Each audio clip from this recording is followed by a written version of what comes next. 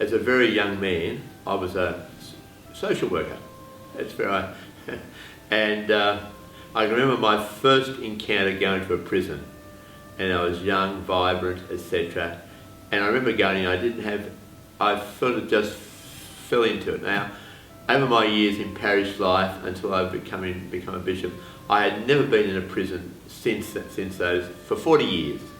And when I went into prison, when I became the New South Wales Bishop's representative for prisons and prisoners, then for the very first time went to a prison, and I was nervous, I was anxious, and I couldn't work out why.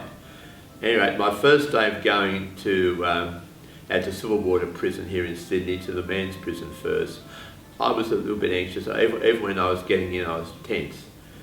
And I was going to celebrate 3 masses there. The very first one, I was obviously tense, but these men must have realised that I was a bit anxious, and they settled me down so quickly, put me at ease so much. They made it so easy for me. After that, I was absolutely at home.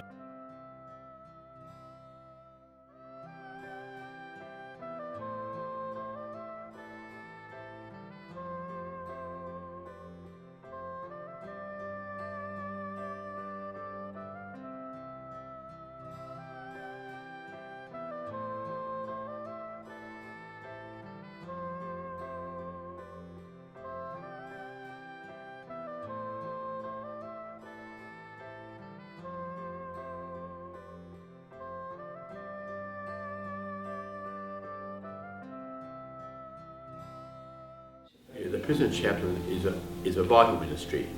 It's one that has it's not only to prisoners, but also to their families and their connections, but also to the authorities in the prisons themselves. They have a very big impact on people who work in the prisons, on wardens, for instance. I've seen it firsthand. The great relationship, when it's built between the chaplains and the prison warders, it opens many doors for the prisoners.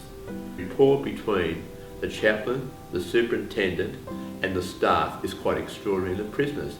And I'm sure that they've come to realise that that wasn't there. They'd have much more difficulties among the prisoners, because even a lot of those prisoners, they trust the chaplain so much. But I have found, particularly sometimes, even some people who have been really in huge trouble, huge crimes, with a little bit of love. It's amazing how a little bit, after a while, they see you around a few times, you become part of it. And that's why the prison chaplains who are in the prisons all the time, they're so accepted, so loved, and respected, because they don't put themselves above them, they're part of it. They trust them so very, very much.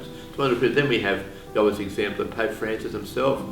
One of his very first things he did when he was elected the Holy Father in Rome, he went to the prison. I think it was on Holy Thursday, and those people just accepted him. He went there, felt at ease, they were open with him. And it's the same for all of us, not just Pope Francis, but a whole lot of us.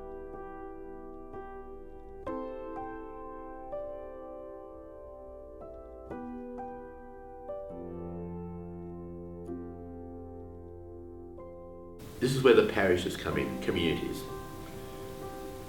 In many ways, we need our parishes to take ownership of this ministry. Jubilee year is a year for opening doors. This year of mercy is certainly a year for opening doors.